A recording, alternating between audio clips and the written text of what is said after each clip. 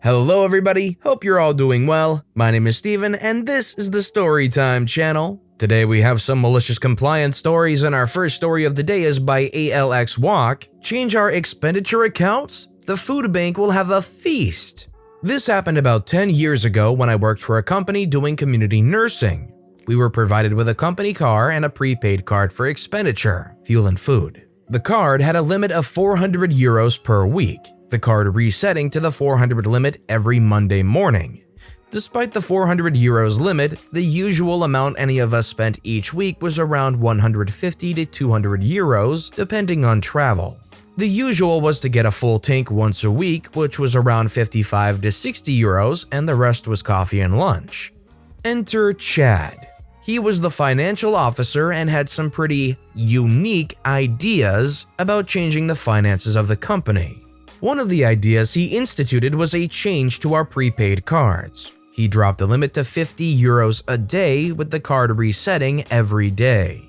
As you can understand, this was a problem, especially if you consider that a full tank cost 55 euros minimum. If you used the card for fuel, then the rest was paid out of pocket. We couldn't be reimbursed for the money because you have a company card, learn to use it more efficiently. Initially, most coworkers were spending 30 euros on fuel and refueled 2 or 3 times a week, but not me. While my malicious compliance tendencies were natural, during my Navy service were honed to perfection by a couple of Master Chiefs. So enter malicious compliance. I decided to spend each day 20 euros for fuel, some days less, pay for my own coffee out of pocket, and spend the rest at lunch. I used to patron a grill and barbecue place that had a catering side.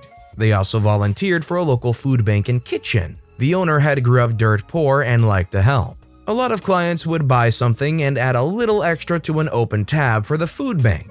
Then the catering will go each Sunday and provide food for the homeless and the poor using the tab and funds from the owner. So I went there every day, got something to eat, and added to the rest of the amount until 50 euros would go to the tab. I started raising at least 90 euros a week for the food bank. I hit the limit every day, costing the company 250 euros a week, from 150 before. Chad was furious. He was trying to save money and I was costing him more. He asked me to explain my expenses, food and fuel. He asked for receipts. I provided them. The receipt said food, nothing else. He finally said I should eat cheaper. I told him the company couldn't force me to not eat whatever I wanted. After that meeting, a couple of coworkers saw me coming out smiling and inquired about it. I explained what I was doing. The smiles on their faces. Soon afterwards, 6 nurses spent all their expenses the same way. The aftermath. This went on for 2 months. Chad was livid because he now was losing even more money. The solution came unexpectedly. Unbeknownst to all of us, the owner of the company was a major contributor to the food bank. He knew about the restaurant helping out and had seen the richer buffets. He asked the owner of the restaurant about it and he said a few nurses had started coming, raising the tab. At that point, 600 euros minimum. The owner put 2 and 2 together. I was called in for a meeting with the owner. I was anxious because I didn't know what it was about. When I got there, Chad was there also. During the meeting, Chad explained how he was losing money, but he couldn't do anything about it. I explained what our grievance was and how we took advantage of it. Chad replied we shouldn't game the system for something so stupid as a food bank. The owner stopped the meeting right there. He reinstated the old system for expenditure. He reprimanded both of us for the whole mess, me a bit less, and informed me that if I make a donation for the food bank, to notify him and he will match it. The final result was getting our old system back, which we didn't abuse. A weekly donation to the food bank and a major Easter Sunday barbecue for the food bank sponsored by the company. Chad lasted only another 3 months because his penny-saving ways dropped the quality of care we could provide. I stayed with the company until it was sold to new owners who were more like Chad, but that's a story for another subreddit. I think it's a major shame that the company was sold to new owners that were more like Chad and were just all about trying to save as much money as possible. I think it's great that they had an owner for a while there that actually cared about giving back and wasn't upset about it, or wasn't majorly upset about it. At least they knew it was going to a good cause. So let me ask you guys, if you had a little extra bit of money left over and you were wanting to get back at these people, would you be a little greedy and spend it on yourself for nice things or things you enjoy? Or would you do it like OP did with a charitable donation? Let me know in the comments down below. Our next story is by Daniels. Oh, my numbers aren't high enough? Typical, this happened a year and a half ago.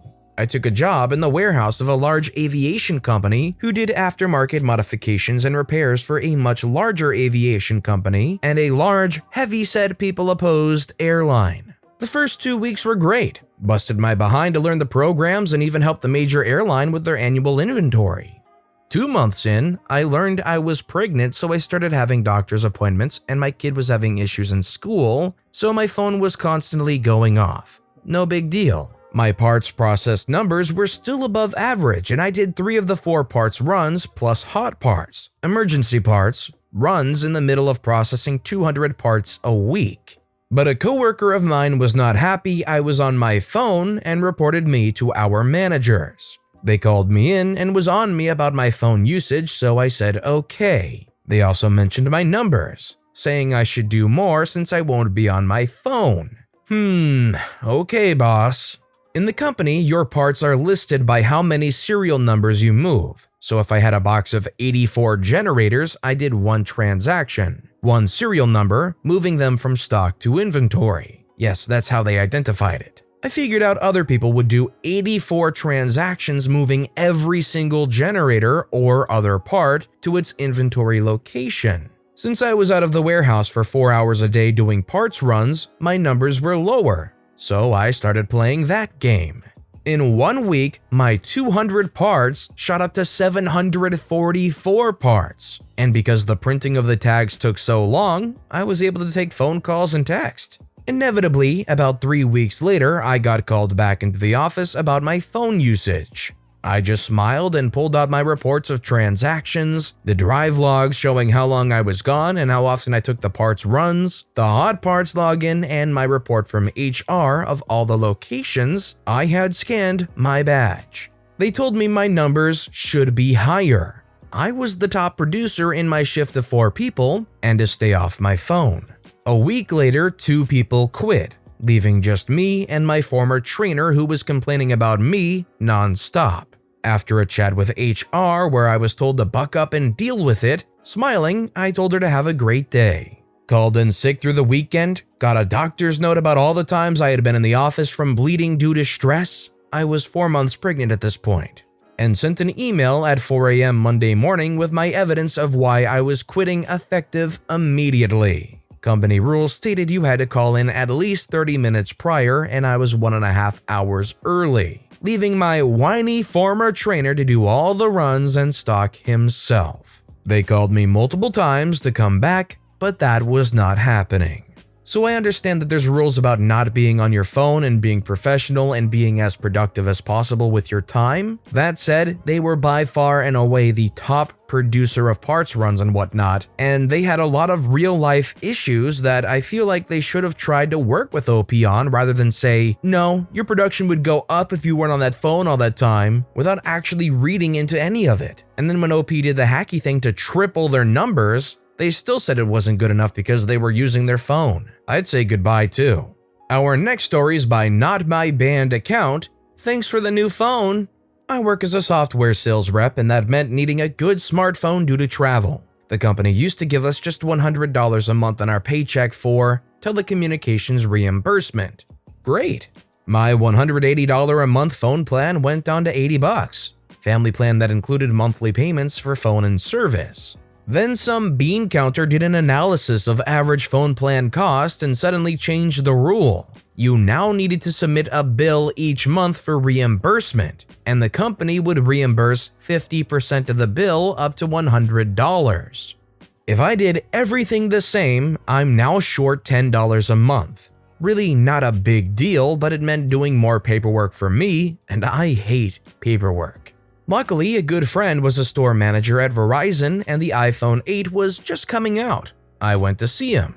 He couldn't do anything about the price of the phone, but he could work magic on the plans. He also got me the max trade-in for my old phone, which had essentially been paid for by the company's $100 monthly stipend. So now I got a return because I took it as a gift card instead of credit to the new agreement. As a result, my monthly bill was now $200 a month. So that $10 change in expenses still happened. My plan got upgraded, so did my wife's. I had a brand new phone, $150 gift card, and I helped my friend because they had incentives to get people on the new iPhones and Switch plans. New 24-month commitment. Then at work the next day, I told all my coworkers. They were roughly in the same boat with the new reimbursement policy costing them between $10 to $20 a month. We took a long lunch and went to see my friend. They all did the same thing. My friend ended up getting Salesman of the Month, a nice bonus check, and it helped with the eventual promotion to district manager. We all got new phones, most got a decent trade-in, and lost the same amount we would have per month, while the company didn't save a dime on any of us like they thought they would. Word spread through multiple offices, and I would estimate at least 40 people did the same. All because we hated paperwork. Do I ultimately blame the bean counter, the company? Not really. I mean, it's a pretty generous thing to just give you some kind of phone plan kickback anyways. That said, OP and their friends, they're just all about outsmarting the bean counters and getting the absolute best deal for themselves. So you can't really be mad at any side here, really. Our next story is by Captain Darkseraph. No more money for gas? Sure thing, but it'll cost you more. So this happened a while ago.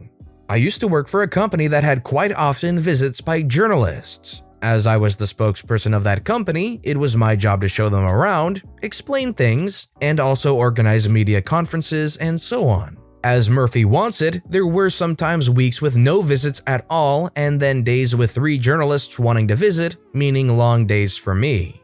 I was fine with that, but this also meant that I used my car quite a lot. No worries, I like driving my car and I got a certain amount of money per driven kilometer that more or less covered the cost of the gas I used. Since the company desperately needed to save money, they decided no more money for car trips inside the country. Use public transport. We'll pay for the yearly bus ticket. I asked them a few times and said that I probably won't be able to make as many appointments and that if you count the cost of the bus ticket plus the additional time for travel, it's bad math for them. They didn't care. Fine with me. I canceled the contract for my parking spot, which I had to pay for myself anyways, so I could save some money. The new rule comes into effect. I have my bus ticket and start coming to work by bus. On the second day I do this, one of the project managers I was organizing a media conference for walks in. Me, your environment-friendly hero, PM, clueless project manager and member of the executive board. Project manager says, "I changed plans for tomorrow. You need to pick up a few things before the press conference." I say, "Sure thing. Since the conference is quite early, can you send our intern with me to pick it up?" "Why, it's not that much to pick up." "I know, but it's too much to carry by myself. Since I'll have to change buses at least once, it'd be a lot more efficient and the conference is too early to make the trip twice." "Just use your car." "Since you won't pay for gas anymore, I will not do that. Plus, I canceled my parking spot here already." "Do you really have to start your green experiments in a month like this?" "Go talk to head boss. It's your decision, not mine. I told you this would happen." 2 days later, we were back to getting money for gas, but project manager had to use his own car to go get those additional things. Since my parking space was already rented out to another person, I still came to work by bus, and if there were a lot of appointments, I just had them pay for the daily parking as well. This is the kind of thing that makes you realize just basic numbers going from option A to B will technically save you money, but you don't actually look at the whole surrounding circumstances around what happens when you move from option A to option B. Like yeah, paying for a bus ticket instead of paying for gas for a personal car transport will technically save you money, but you didn't take into account that personal car usage allows for way more flexibility to do anything whenever. Ultimately, it costs them more money because you just can't do as much, but they didn't factor it in. They weren't smart enough to do that. And our final story of the day is by Saturnencelade. Want to mug me? Hope you like pineapples. This story is my grandmother's and it happened around 30 years ago. So for context, where I live, every October there's a really big procession in the capital of the city. You should also know that there are basically hundreds of little food carts that sell anything from fruits to whole lunches. So anyway, my grandma and her sister-in-law were just walking around and they went to a food cart. Now, this food cart sold fruit salads, so they had just peeled lots of pineapples and had a giant pile of pineapple peels just sitting in the cart. Now, my grandma has always loved making this drink called agua de piña, which involves boiling water with pineapple peels and adding sugar. It's delicious. So she asked the vendor to buy the peels from him and he sold them to her. She took some plastic bags out of her purse and now she has like 3 bags full of peels. The problem was these bags were from different clothing stores, so it looked like she had just been shopping. A man saw her and her sister-in-law and started following them. They saw what was happening, so my grandma went up to him and handed him all of the shopping bags with a smile. The man was delighted as he walked away, to blend into the crowd presumably. Grandma and sister-in-law were laughing their butts off but ran to the nearest policeman to alert him. Luckily, there was no need to search for him because he was livid. The fool had thrown the contents of the bags into the floor in a fit of rage, and according to Grandma, he was standing in a pile of fruit peels, stomping over them like a madman. They watched him get arrested. How are you going to be in a situation where you're going to try to mug somebody? They literally hand the goods to you. You think you have the best mugging ever in your life. And then when you find out you were bamboozled, you start acting up. Like, bro, they handed it to you. You can't be that mad. It wasn't like you worked for it. Either way, I don't really feel that bad for a thief. So I hope they enjoyed the police station over pineapple peels nonetheless. But with that being said, that's all the time we have for today. So which of these stories was your favorite and why? Let me know in the comments down below. But besides that, if you enjoyed the video, please consider liking and subscribing and turn notifications on if you haven't so you'll never miss an upcoming video. Any little thing that you do helps the channel grow so much more. Whether it's commenting, subscribing, or just watching the video, thank you all so very much for supporting me right here on the Storytime channel. I hope you all have a wonderful day, and I'll see you all next time right here on the Storytime channel.